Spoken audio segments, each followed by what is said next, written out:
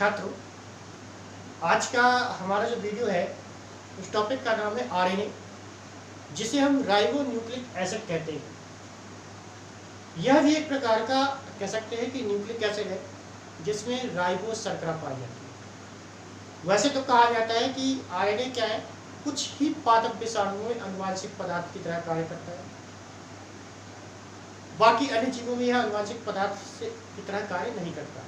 जैसे कि डीएनए क्या करता है, सभी जीवाणुओं में या सभी जीवों में, चाहे वो किसी प्रकार का जीव हो, सिर्फ कुछ पादप विषाणुओं को छोड़कर उन सभी में क्या करता है, आनुवांशिक पदार्थ की तरह कार्य करता है, परंतु आरएनए नहीं करता। आज हम जानेंगे अपने इस वीडियो के माध्यम से कि आरएनए क्या है, इसके बारे में किसने कब क्या कहा, और साथ ही में इसके प्रकारों के बारे में आज चर्चा करेंगे। उसके पहले हम एक छोटा सा रिक्वेस्ट करना चाहेंगे कि जो लोग चैनल पर नए हैं और पहली बार हैं वो चैनल को सब्सक्राइब कर लें, साथ ही में बेल आइकन को प्रेस करें ताकि हमारे आने वाले वीडियो का नोटिफिकेशन उन्हें समय पूर्व प्राप्त होता रहे और उनकी स्टडी लगातार जारी रहे।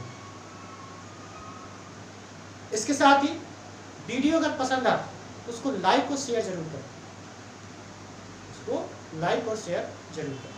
तो आइए शुरू करते हैं अपना आज का वीडियो।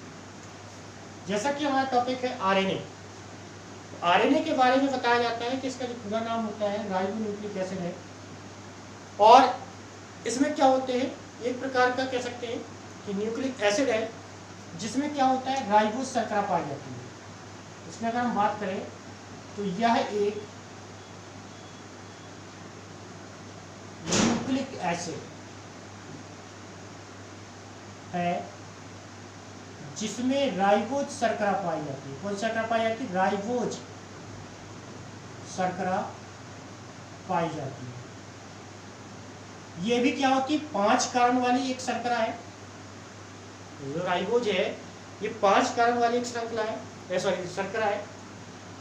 अगर हम बात करें कि आरएनए पाया कहाँ जाता है तो इसके बारे में कहा गया कि यह कोशिका द्रव्य में स्वतंत्र रूप से पाया जाता है। आप कह सकते हैं कि यह कोशिका द्रव्य में स्वतंत्र रूप से पाया जाता है, स्वतंत्र रूप से पाया जाता है।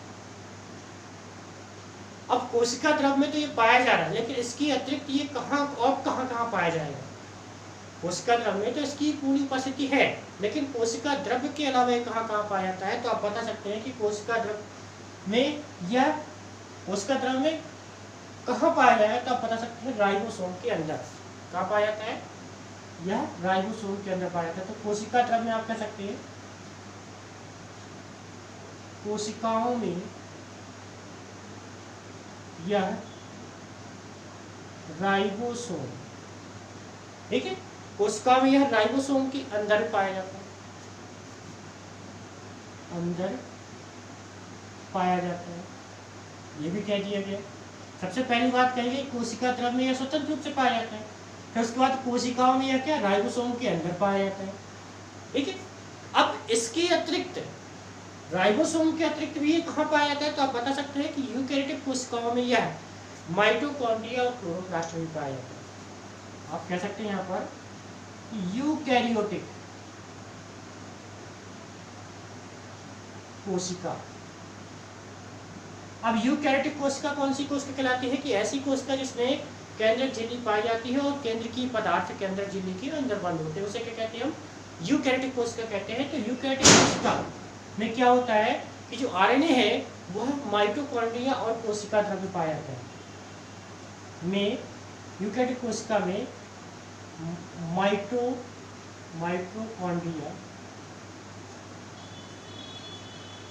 एवं क्लोरोप्लास्ट में आरएनए पाया जाता है, आरएनए पाया जाता है, ठीक है। तो अगर पूछा जाता है कि यूकैरियोटिक कोशिका में कहाँ पाया जाता है, तो आप बता सकते हैं कि माइटोकॉन्ड्रिया और क्लोरोप्लास्ट में भी पाया जाता है। आप ये नहीं कहें कि कोशिका द्रव्य में स्वतंत्र रूप से पाया जाता है। तो कोशिका द्रव्य में स्वतंत्र रूप से कहाँ पाया जाता है, कोशिका द्रव्य में पाया जाता है। कोशिका के अंदर किस अंग में पाया जाता है, तो आप बता सकते हैं राइबोसोम में पाया जाता है। और यदि हम बात करें यूकैरियोटिक कोशिकाओं की, तो यह माइटोकॉन्ड्रिया और क्लोरोप्लास्ट इन दोनों में क्या होता है कि यह यूकैरियोटिक कोशिका में पाया जाता है। इसके बाद अगर बात करते हैं इसमें कि पादप विषाणुओं की बात कर लेते हैं, तो पादप विषाणुओं में यह आनुवांशिक पदार्थ की तरह पाया जाता है। पादप विषाणु में यह आनुवांशिक पदार्थ की तरह पाया जाता है।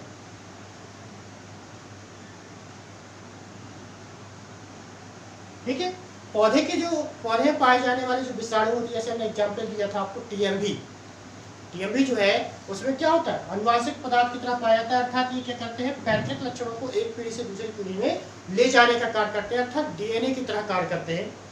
इसके बाद इसके बारे में बताया गया कि यह क्या होता है कि समान तौर पे केंद्रक के अंदर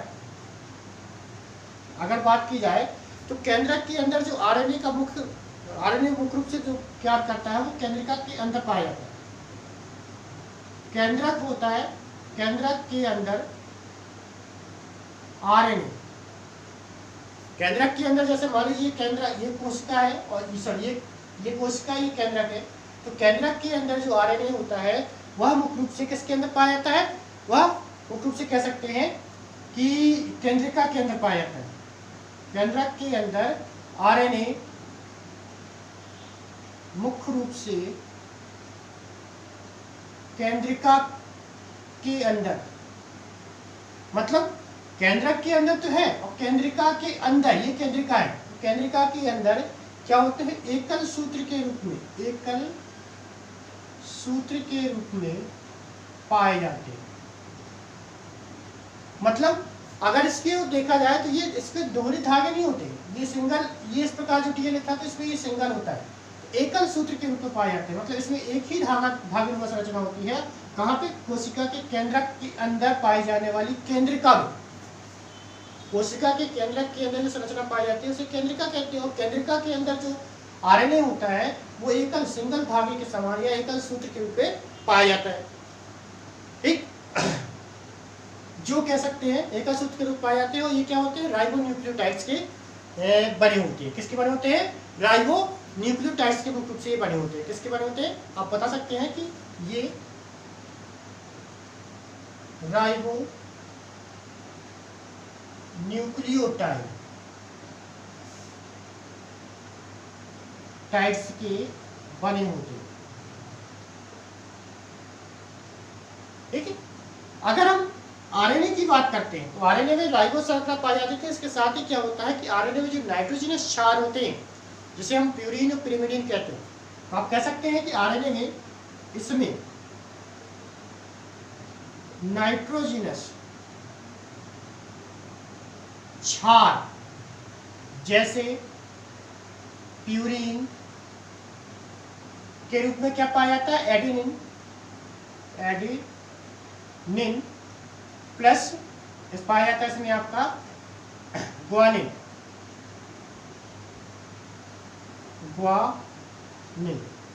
ठीक है, इसी प्रकार तथा पिरामिडिन के रूप में क्या पाया जाता है, इसमें थायमिन के स्थान पर यूरेसिल पाया जाता है। तो इसमें क्या पाया जाता है, पिरामिडिन के रूप में साइटोसिन प्लस यूरेसिल पाया जाता है, यूरेसिल। ठीक है, आरएनए के बारे में पूछा जाता है कि नाइट्रोजनस क्षार जो होते हैं कौन कौन से पाए जाते हैं आरएनए में, तो आप बता सकते हैं कि प्यूरिन के रूप में एडेनिन ग्वानिन पाया जाता है, जबकि पिरामिडिन के रूप में क्या पाया जाता है, साइटोसिन और यूरेसिल पाया जाता है।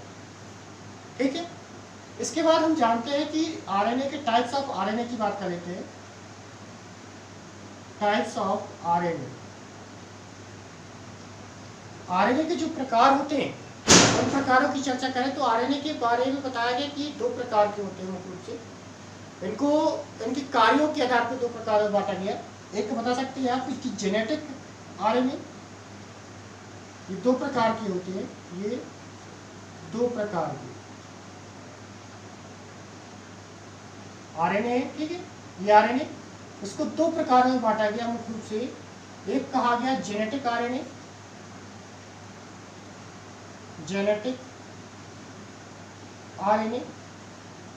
और दूसरा होता है non genetic RNA. Non genetic RNA.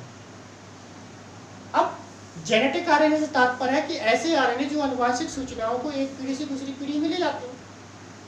ऐसे आरएनए जो आनुवंशिक सूचनाओं को एक पीढ़ी से दूसरी पीढ़ी में ले जाते हैं, उसे क्या कहते हैं? जेनेटिक आरएनए कहते हैं। और नॉन जेनेटिक आरएनए से तात्पर्य है कि जिनका आनुवंशिक सूचनाओं या आनुवंशिक लक्षणों से कोई लेना देना नहीं होता, वो स्वतंत्र रूप से होते हैं। तो यहाँ पे आगे चल के जेनेटिक आरएनए को तो नहीं बांटा गया, लेकिन परंतु यहाँ पे बात करें नॉन जेनेटिक आरएनए को और भी प्रकारों में बांटा गया। सब प्रकारों में वो कौन कौन से प्रकार हैं उनको देख लेते हैं। जैसे कि हेट्रोजेनस, इसमें जो नॉन जेनेटिक आरएनए होता है इसे हम कहते हैं हेट्रोजीनस आरएनए। पहला होता है हेट्रोजीनस आरएनए, जिसे HNRNA भी कहते हैं, ठीक है। दूसरा होता है इसमें आपका मैसेंजर आरएनए, मैसेंजर आरएनए, जिसे हम mRNA के नाम से जानते हैं। इसके बाद तीसरा होता है इसमें राइबोसोमल आरएनए, जिसे हम rRNA के नाम से जानते हैं।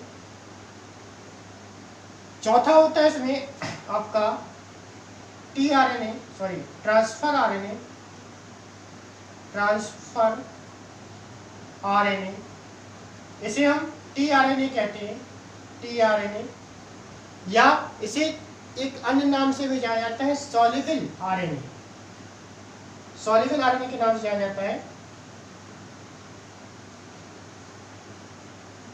घुलनशील आरएनए कहते हैं इसको। इसके बाद जो पांचवा है वो प्राइमर आरएनए,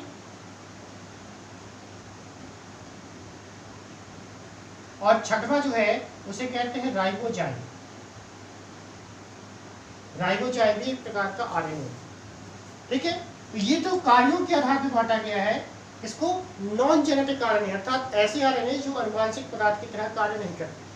लेकिन अगर हम बात करते हैं जेनेटिक आरएनए की, तो जेनेटिक आरएनए कहाँ कहाँ पाया जाता है?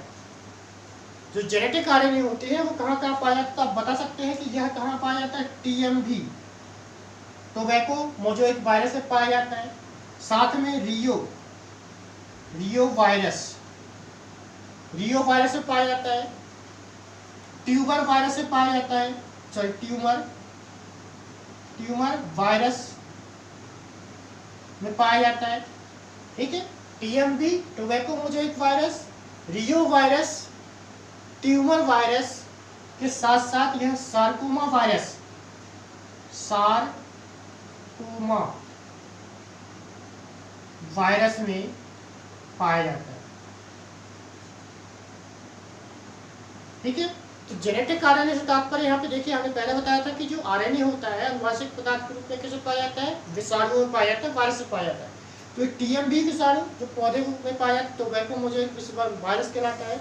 उसी प्रकार reo virus, tumour virus, sarcoma virus आदि में ये क्या होता है? आनुवंशिक पदार्थ की तरह पाया जाता है। और विषाणु में पाए जाने वाला जो आरएनए होता है वह सिंगल और डबल दोनों स्टैंड हो सकते हैं इसके। विषाणुओं में पाए जाने वाले आरएनए क्या हो सकते हैं? सिंगल एवं डबल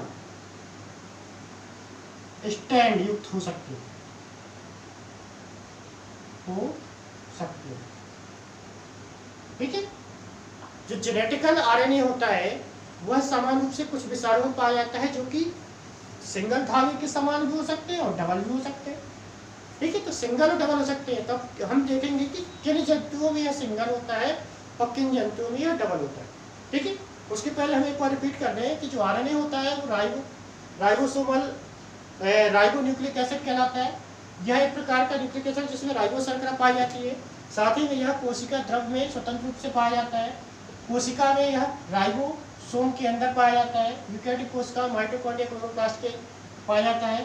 पादप विषाणु में यह आनुवंशिक पदार्थ की तरह कार्य करता है।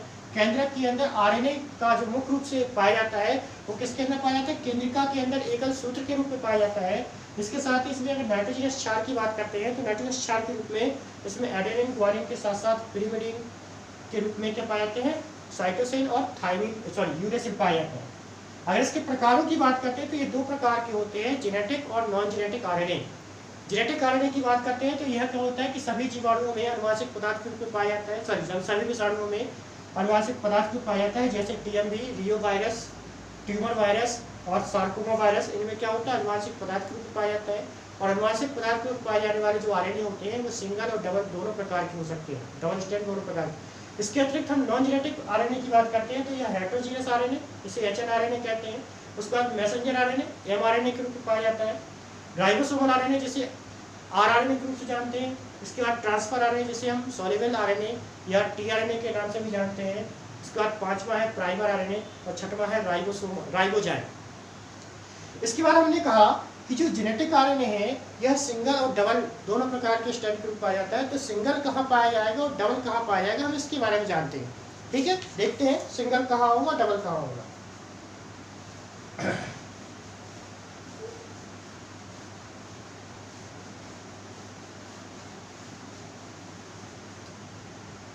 तो बात करते हैं जेनेटिक आरएनए की। जेनेटिक आरएनए, जो जेनेटिक आरएनए होता है हमने कहा कि कहाँ कहाँ पाया जाता है, तो आप बता सकते हैं, यहाँ पे बता सकते हैं types of RNA, sorry types of viruses. Virus किस प्रकार की विषाणु है और types of RNA, types of RNA किस प्रकार के विषाणु में कैसा आरएनए पाया जाता है, तो आप बता सकते हैं। सबसे पहले इसमें लेते हैं प्लांट वायरस। प्लांट वायरस पौधों में पाए जाने वाले जो वायरस है उनकी बात कर लेते हैं। तो एक होता है टीएमवी जिसे हम कहते हैं टोबैको मोज़ोइक वायरस। टोबैको मोज़ोइक वायरस होता है। इसमें यह क्या होता है कि सिंगल स्टैंड के रूप में पाया जाता है। कैसा पाया जाता है? सिंगल स्टैंड, मतलब एक धागे नुमा पाया। ठीक है, इसी प्रकार एक है वुंड ट्यूमर, एक कहलाता है वुंड ट्यूमर।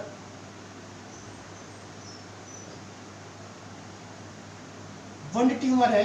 वुंड ट्यूमर में जो होता है, जो टाइप होता है आरएनए का, वो डबल स्टैंड होता है, डबल स्टैंड वाला होता है। ये इस प्रकार दो स्टैंड होते हैं इसमें। इसी प्रकार हम प्लांट के बाद एनिमल वायरस की बात करते हैं। एनिमल वायरसेस की बात करते हैं। तो एनिमल वायरस में इन्फ्लुएंजा जो वायरस होता है, इन्फ्लुएंजा, ये एक विषाणु है। इसके साथ ही ये पाया जाता है सिर्फ सिंगल स्टैंड के रूप में, सिंगल स्टैंड, मतलब इस प्रकार का। ठीक है, उसी प्रकार अगर बात करते हैं हम साउस सार्कोमा, साउस सार्कोमा की बात करें तो इसमें भी क्या होता है? सिंगल स्टैंड ही पाया जाता है। इसके बाद पोलियो की बात कर लेते हैं। पोलियो जो है, जानते हैं पोलियो विषाणु जो होता है ये सिंगल होता है, ये भी सिंगल है। लास्ट में जो रियो विषाणु होता है, ये रियो है, ये वायरस होता है, ये आ जाता है यहाँ पे डबल स्टैंड का, डबल स्टैंड, मतलब इसमें दो धागे में संरचना होती है। इसके बाद बैक्टीरियोफेज की बात करते हैं हम। बैक्टीरियोफेज जीवाणु भोजियों की बात करें तो जीवाणु भोजी की बात करते हैं। तो जीवाणु भोजी के रूप में जो पाया जाता है वो MS2, ये MS2 बैक्टीरियोफेज है। बैक्टीरियोफेज इसमें पाया जाता है सिंगल स्टैंड का। उसी प्रकार दूसरा है इसमें F2 एवं R17 बैक्टीरियोफेज, इसमें भी क्या पाया जाता है? सिंगल स्टैंड पाया जाता है। ठीक है, ये कहीं कहीं पर सिंगल स्टैंड पाए जाते हैं और कहीं कहीं पर डबल स्टैंड पाए जाते हैं। तो सिंगल स्टैंड और डबल स्टैंड कहाँ पाए जाते हैं, ये भी मैंने बताया आपको कि जो जेनेटिक आरएनए होता है वह सिंगल और डबल दोनों पाया जाता है। तो वायरस के प्रकार की बात करते हैं तो वायरस कौन सा है? प्लांट वायरस जैसे टीएमवी, इसमें सिंगल स्टैंड पाया जाता है। और वुंड ट्यूमर जो विषाणु होता है उसमें डबल स्टैंड के रूप में पाया जाता है। इसी प्रकार एनिमल विषाणु की बात करें तो इन्फ्लुएंजा में सिंगल स्टैंड, साउथ सर्कोमा में सिंगल स्टैंड, पोलियो में सिंगल स्टैंड, लेकिन रियो विषाणु जो होता है उसमें डबल स्टैंड पाया जाता है। इसी प्रकार जो बैक्टीरियोफेज होते हैं, जीवाणुभोजी होते हैं, जैसे कि MS2 बैक्टीरियोफेज है, इसमें सिंगल स्टैंड पाया जाता है। उसी प्रकार F2 जो होता है एवं R2 होता है, इसमें भी क्या होता है, सिंगल स्टैंड क्या कह सकते हैं, RNA पाया जाता है। ये था RNA और उसके प्रकार। नेक्स्ट वीडियो हम जो चर्चा करेंगे वो हम चर्चा करेंगे नॉन जेनेटिक RNA के बारे में, कि नॉन जेनेटिक RNA कितने प्रकार के होते हैं उनके बारे में चर्चा करेंगे। जिनको मतलब पिछली वीडियो से संबंधित कुछ जानकारी है तो वो अपने जो सवाल हो, जो डाउट हो, उनको कमेंट्स बॉक्स में जरूर शेयर करें। ठीक है, धन्यवाद।